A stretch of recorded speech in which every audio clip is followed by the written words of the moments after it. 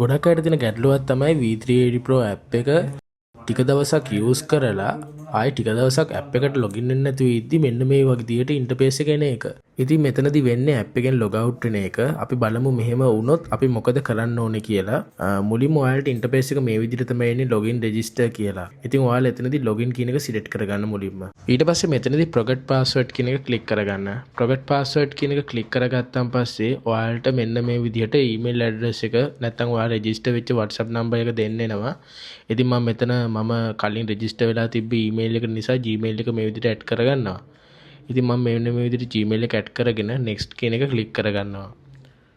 next කියන එක දෙනවා. next කියන එක දුන්නාන් පස්සේ ඔයාලට බලා ගන්න පුළුවන් verification code එකක් එනවා Gmail එකට.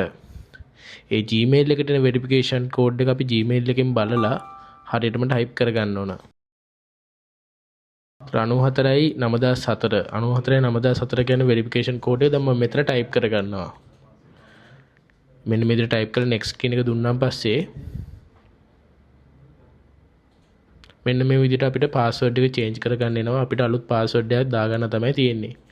ඉතින් මම මෙන්න මේ විදිහට techpal@123 කියලා දාගන්නවා. ඒ විදිහටම යට තියෙන password එකත් ඒ විදිහටම දාගන්නවා. password එක මෙන්න මේ විදිහට දුන්නාන් පස්සේ ඔයාලට තියෙන confirm කියන එක touch කරගන්න. confirm කියන එක touch කරගත්තාන් පස්සේ ඔයාලට ටික වෙලාවකට පස්සේ මෙන්න මේ විදිහට වගේ පරණ app එකේ login එක බලා ගන්න පුළුවන්. ඉතින් මගේ පරණ කැමරාස් ඇඩ් වෙලා තියෙන ඒවත් ඔයාලට බලා ගන්න පුළුවන්. ඉතින් මේ වීඩියෝ එක ගොඩක් වැදගත් වෙන්නේ හදිසියේදී log out වුණොත් login වෙන්න දන්නේ නැති අයට.